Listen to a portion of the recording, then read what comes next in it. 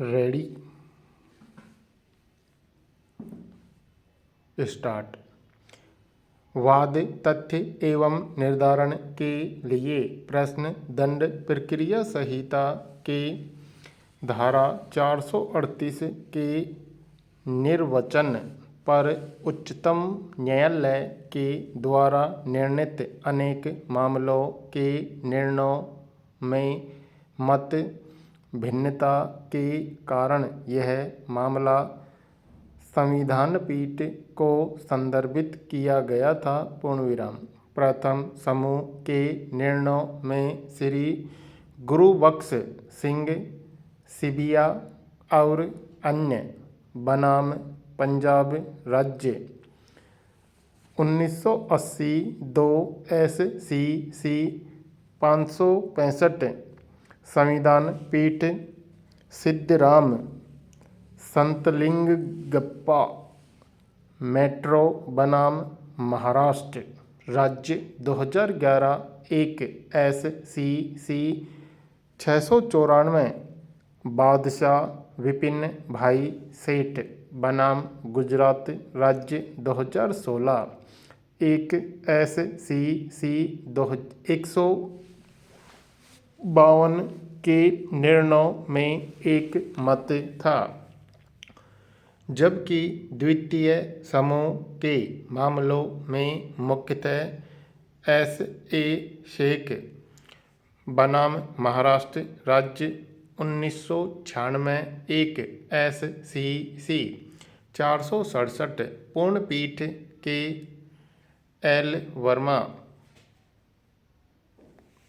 बनाम राज्य और एक अन्य 1998 9 SCC 348 सुनीता देवी बनाम बिहार राज्य 2005 1 SCC 608 निर्मलजीत कौर बनाम मध्य प्रदेश राज्य 2004 7 SCC 558 सतपाल सिंह बनाम पंजाब राज्य 2018 4 SCC 303 के मामलों में दूसरा मत था।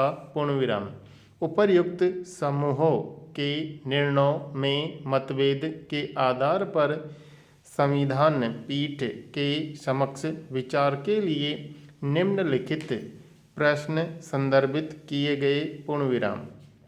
क्या दंड प्रक्रिया संहिता की धारा 438 के अंतर्गत किसी व्यक्ति को प्रदत्त संरक्षण को एक नियत समयावधि तक सीमित होनी चाहिए ताकि यह उक्त व्यक्ति को विचारण न्यायालय के समक्ष आत्मसमर्पण करने और नियमित जमानत की याचना करने हेतु समर्थ बना सके। प्रश्नवाचक और या अग्रिम जमानत के अवधि के जीवन काल समयावधि को उस समय और प्रक्रम पर समाप्त हो जाना चाहिए जब अभियुक्त व्यक्ति को न्यायालय ने समन जारी कर दिया है। प्रश्नवाचक।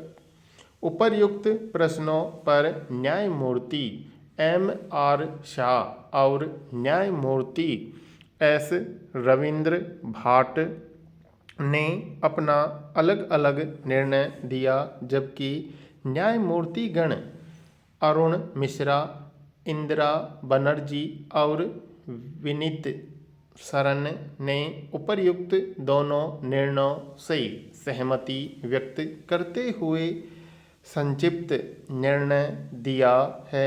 पूर्णविराम।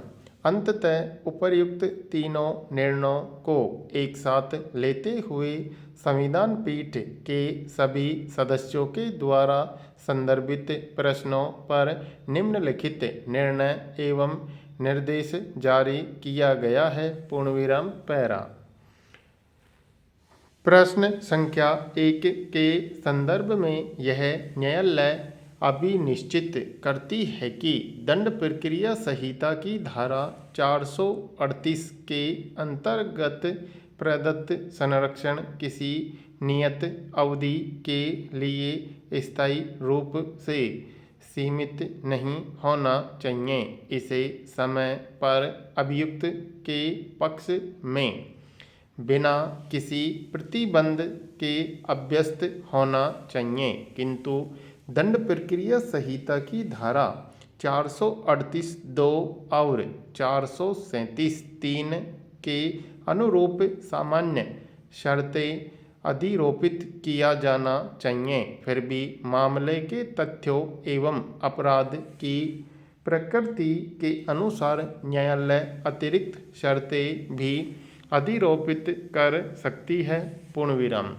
द्वितीय प्रश्न के उत्तर में हमारा निष्कर्ष है कि अग्रिम जमानत का जीवन काल अथवा समयावधि सामान्यतः उसी समय और प्रक्रम पर समाप्त नहीं हो जाता है जब न्यायालय के द्वारा अभियुक्त को समन जारी कर दिया जाता है अथवा जब आरोप विरचित कर दिए जाते हैं, बल्कि यह विचारण की समाप्ति तक जारी रहता है।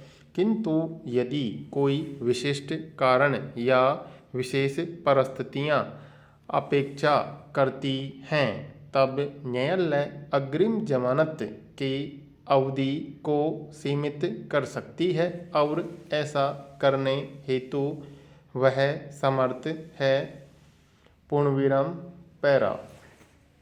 उपर्युक्त दोनों निर्णयों एवं संदर्भित प्रश्नों पर दिए गए उपर्युक्त उत्तरों के विचार में यह न्यायालय इसके द्वारा स्पष्ट करती है कि न्यायालयों के द्वारा जब दंड प्रक्रिया संहिता की धारा 438 के अंतर्गत प्रस्तुत आवेदनों पर विचार किया जा रहा हो, तब निम्नलिखित बातों को ध्यान में रखा जाना चाहिए। पूर्ण विराम।